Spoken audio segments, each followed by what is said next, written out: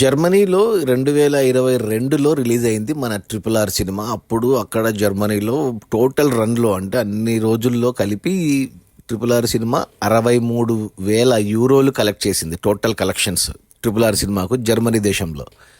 అంటే 63,000 యూరోలు అంటే మన కరెన్సీలో చెప్పాలి అంటే యూరో 100 కాదులే 90 రూపాయలు ఉంది.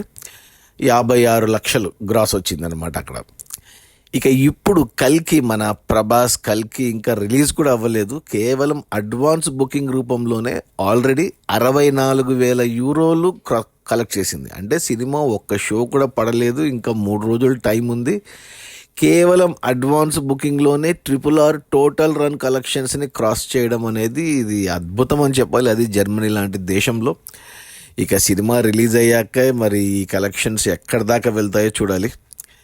అది మన ప్రభాస్ కల్కి సినిమా ట్రిపుల్ ఆర్ రికార్డ్ని బ్రేక్ చేసింది జర్మనీ దేశంలో. టోటల్ రన్లో ట్రిపుల్ ఆర్ జర్మనీలో 63,000 యూరోలు అంటే 100 రూపాయలు వేసుకుంటే 63 లక్షలు గ్రాస్ వస్తే, కల్కి సినిమా రిలీజ్ కాకముందే కేవలం అడ్వాన్స్ బుకింగ్ రూపంలోనే ఆల్రెడీ 64,000 యూరోలు అంటే 64 లక్షల గ్రాస్ కలెక్ట్ చేసి బ్రేక్ చేసింది. ఇక సినిమా రిలీజ్ అయ్యాక ఇది ఎంత దూరం వెళ్తుందో, ఏ రికార్డు పెడుతుందో జర్మనీలో, ఏ తెలుగు సినిమా కాదు, ఏ ఇండియా సినిమాకు కూడా అందని రికార్డు పెట్టబోతుందని క్లియర్గా అర్థమవుతుంది.